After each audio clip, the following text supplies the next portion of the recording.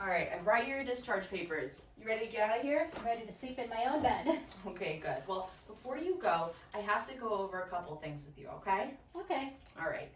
So you've been diagnosed with type 2 diabetes. Have you ever heard of diabetes? Yeah, I've heard about it. Don't know much about it though. Yeah, all right, well, no problem. So it's my job to teach you more about it. So normally glucose, which is a type of sugar, goes from your bloodstream to your cells, which is where it's used for energy. But with you, it's staying in your blood.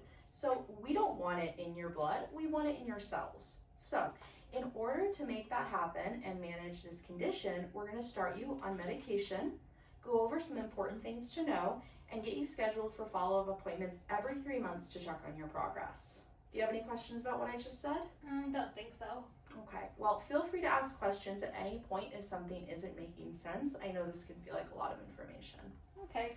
All right, so we're going to be sending you home with a medication to help control your diabetes, but there are some lifestyle changes we're going to ask you to make as well. An important part of managing your diabetes is eating healthy. So you'll want to eat less carbs like white rice, bread, pasta, sweets.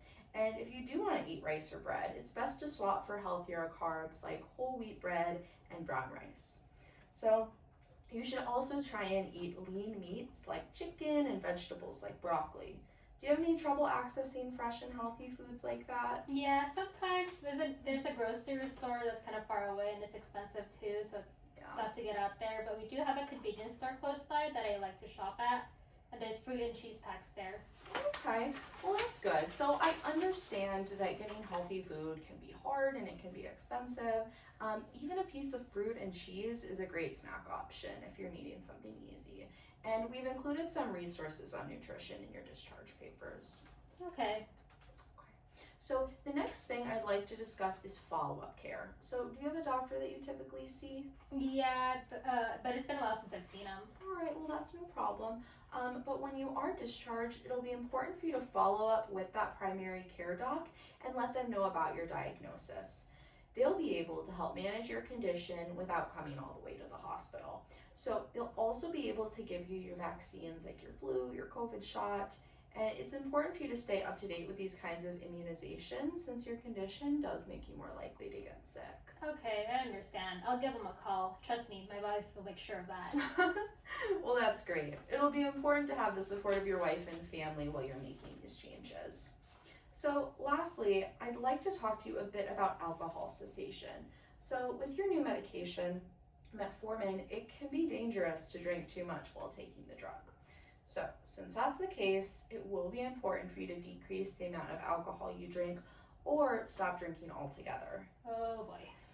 I know that can sound kind of scary, especially if it's something you've done for a long time. Have you ever tried to decrease the amount that you drink? Yeah, I tried a couple times, but it never stuck. There's some local AA meetings I've been to before. The people there are cool. All right, well, it's great that you've explored that in the past, and AA would be a great place to start when it comes to managing your drinking. We've added a couple resources on that in your discharge papers as well. Okay. All right, so now we'll go over the new medication that your doctor wants you to start taking to help lower your blood sugar. So you'll be starting metformin, which you'll have to take by mouth every day. Now, it can cause some stomach issues like nausea or diarrhea, but taking it with food will usually help reduce those symptoms.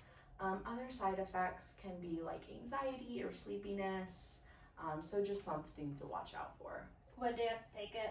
All right, so the doctor does want you to start taking it right away, and you'll want to take 1 tablet every day with your evening meals. So as I mentioned, you'll want to limit your drinking while taking this medication since it can increase your risk of lactic acidosis. Lactic acidosis, what's that? Is it serious? So lactic acid is one of the chemicals that your body releases when it breaks down carbs, and when there's too much of it in the blood, it's called lactic acidosis, and that can cause a serious problem in the body. That sounds scary. How do I know if it's happening? So you'll want to call 911 or have someone bring you to the ER if you have muscle pains that don't go away, or if you're breathing too fast, even at rest, or if you feel confused, since these can be some signs of lactic acidosis. Okay? Okay. All right, so the last thing I want to go over with you is a couple other times that you'll want to call your doctor, okay? So first of all, if your blood glucose reading, the number on that little machine that we gave you, goes more than 240 for more than 24 hours, I want you to call the doctor. Also, if you start to feel kind of shaky and sweaty and irritated, check your blood glucose. And if it's below 70, drink, about a cup of juice. And if that doesn't work to raise the number, you'll want to go ahead and call your doc to make sure it doesn't get any lower. All right, so I know we've given you a lot of information today, but do you have any questions? I don't think so. Thanks for everything. Okay, well, you're welcome. I hope you have a good trip home. Thank you. You're welcome.